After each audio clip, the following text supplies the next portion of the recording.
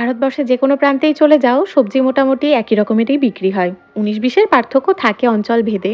তবে রান্না করার ধরন, ফোড়ন দেওয়ার পদ্ধতি, মসলা আগে পরে দিয়ে প্রত্যেকটা অঞ্চলে রান্নার স্বাদ কিন্তু আলাদা রকমের আসে। ফ্রিজ খুলতেই দেখলাম ফ্রেঞ্চ বিনসগুলো পড়ে রয়েছে।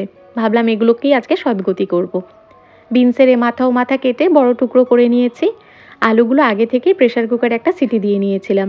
খোসা ছাড়িয়ে আলুগুলোও ঠিক বড় করে কেটে নিয়েছি। ২-৩টে কাঁচা লঙ্কা মাঝখান থেকে চিড়ে নিলাম। এরপর গ্যাসের উপর কড়াইটা বসিয়ে সর্ষের তেল গরম করলাম। কালো সর্ষে আর জিরে ফোড়নে দিলাম। তারপর কেটে রাখা আলু, বিনস, কাঁচা লঙ্কা আর ১ চামচ পরিমাণে রসুন আগে থেকে থেতো করে রেখেছিলাম, সেটাও দিয়ে দিলাম। এরপর পরিমাণ মতো নুন আর হলুদ দিয়ে ঢাকা দিয়ে সবজিগুলো সেদ্ধ হওয়া পর্যন্ত ভাজা ভাজা মতন করে নেব।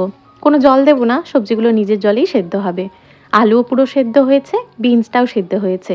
ওপর থেকে শুকনো লঙ্কার গুঁড়ো, ধনে গুঁড়ো দিয়ে ২-৩ মিনিট নাড়িয়ে চাড়িয়ে নামানোর আগে শুধুমাত্র ধনেপাতা কুচি দিয়ে নামিয়ে নিলাম। গুজরাটে, রাজস্থানে, কাঠিয়াবাড়ে এই ধরনের রান্নাটা ভীষণ প্রচলিত। আটার লুচির সাথে খাওয়া হয়, তার সাথে একটু দুধ চা নিয়ে বসা হয়।